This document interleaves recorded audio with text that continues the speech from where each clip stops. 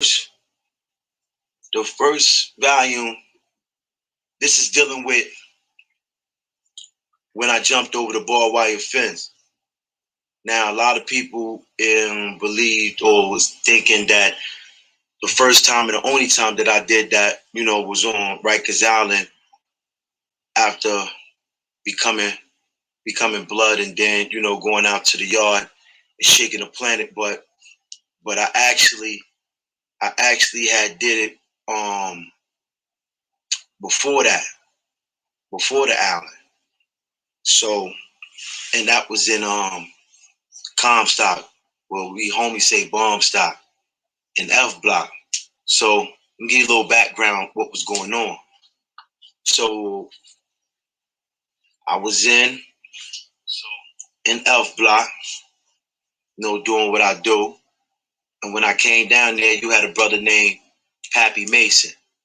A lot of y'all probably be familiar with him. Some of y'all probably not. I'll give you a little brief background on the brother. The brother, he used to run with the Fat Cat. They alleged that he was a Fat Cat enforcer, and they also alleged that he ordered the hit, the Peter Roll, Roscoe, and Queens. So when I came down to F block, he was down there. The feds was coming back and forth, trying to get him. But, at that time, I'm not going to say that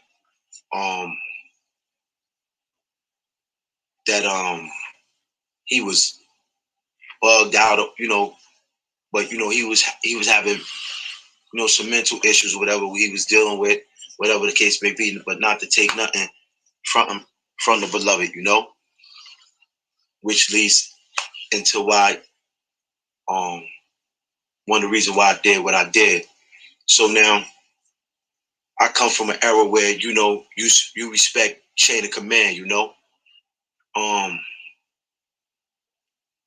always show respect, to the generation that came before you, that paved the way.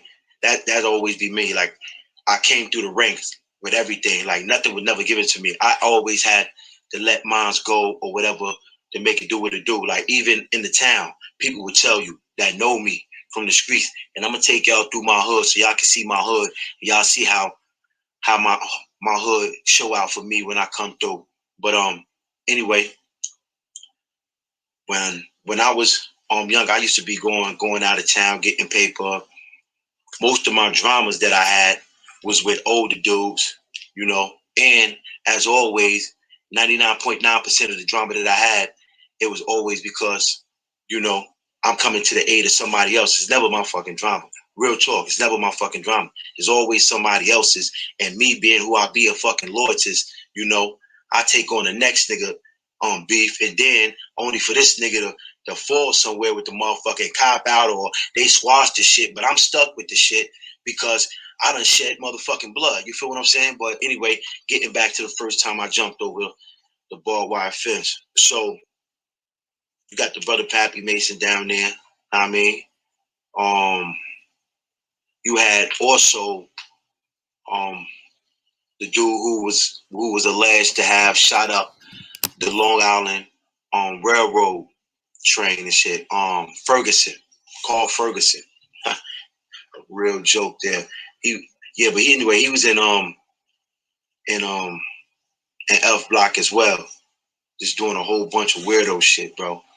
Like it was just crazy. Like, he came in there on a high horse, bro, and just totally just fell in love with the police. And back to the story and shit.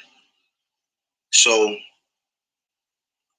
Pappy, he used to be on the gate, smoking his rollies, love his rollies and stuff. And there was a brother named Karate. He made a song about Pappy. So, he used to be on the gate doing the beat and stuff. Now you in F block. That's anybody would tell you that been in Comstock, that's like the dungeon, It's a whole nother wing, and everything is controlled by the police. And they play with your food, they do all types of foul shit. They even burnt my fucking arm. You see this burn mark right here? See this shit right here? That's when I was shaking with them. And they had these big ass it's like like old school radiators and shit, because this was in the wintertime, coming out for the wintertime. So police like, yeah, you come out, like they was gonna do something to me. Like I thought they'd been fucking scared. So I came out any motherfucking way. So when we got inside the side area to go out to the yard and shit, so he was like, "Oh, it looks like your waist chain is too loose. I gotta tighten it." So when the nigga tried to tighten, like loosen it and then tighten it back up and shit, know what I mean? You already know, man. I hit the nigga, and after that, it was on the popping. That was a sidebar right there, but that's another one to tell y'all about. And as always, show y'all the tickets, the UR reports, etc. But yeah, so we down there, and Pappy, they would say we used to sing the song. It was fire, and I'll never forget. Nas had the song out. It was called "The World Is Yours," man. Shout out to Nas, man. Always saluting. I mean, the real ones, man, and never forgot about the fallen ones and shit. And I respect the fact that how he kept it a stack with with my bro Sherm the Worm. Salute to Sherm the Worm. Know what I mean? As well as all those that's trying to do positive things, man. That's what we here for. That's what we trying to support. So anyway, there was a dude that was locking next to Pat. So I ain't gonna hold you. He was doing his numbers and shit. He was in a box. He was going to the yard smack. He had beef with Kings and stuff too. It was a whole, at that time, it was like a conflict in court of war, whatever. But they was going to war, whatever. So he caught a dude named it was a dude named Tarzan, and he just finished this nigga inside the Keep Lock Rex and shit. So that's what he down there. So son, he do his numbers. I ain't gonna hold you. So Pappy on the gate smoking, some want to smoke. People looking out for Pappy and all that. Know what I mean? Old times, motherfuckers know Pappy. Regardless of the state that he in. Know what I mean? Motherfuckers recognize that. Shit happens, man. Shit happens. Everybody take their own course. No man perfect. So I'm not gonna judge. So they ain't judge, and they treated him as such, like a true comrade, regardless of what he was going through. And I respected that. So with that being said, so this dude, he one time Pappy on the gate, he smoking cigarettes and shit. So the nigga started banging on Pappy motherfucking wall and shit. So he like boom, boom, boom, boom, boom. Yo, Paps, so Paps like, what's up, beloved? So that's another thing. Pappy used to always call everybody beloved. He used to say it so much to me, I'm not gonna lie. That's where I had got that from. Beloved and stuff. Yeah. Salute to Pappy, man. Much love, much respect. He in the feds now, he got life. So the dude banging on Pat wall and shit. So Pat like, what you want, beloved? So he's like, yo, Pat, send me something to smoke.